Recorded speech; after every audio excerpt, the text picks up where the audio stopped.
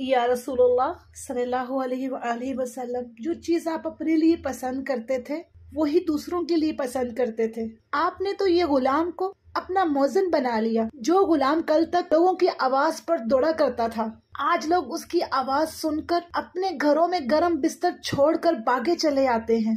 आप नीचे बैठे होते हैं और हजरत बिलाल हबशी ऊपर खड़े अजान दे रहे होते हैं।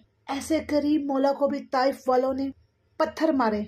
आपके सर से निकलकर खून आपके पाँव तक पहुंच गया। आपकी प्यारी बेटी हजरत फातिमा रजी अल्लाह ताला अन्हा आपके जख्म साफ करते हुए रोने लग गई, मगर आप सल्लल्लाहु अलैहि वसल्लम ना रोए।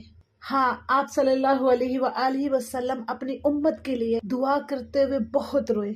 उम्मती उम्मती उम्मती। आज जब आपकी उम्मत एक दूसरे का खून बहाते हैं, एक दूसरे को नाहक कत्ल करते हैं, तो आप सल्लल्लाहु अलैहि वसल्लम को रोना तो आता होगा।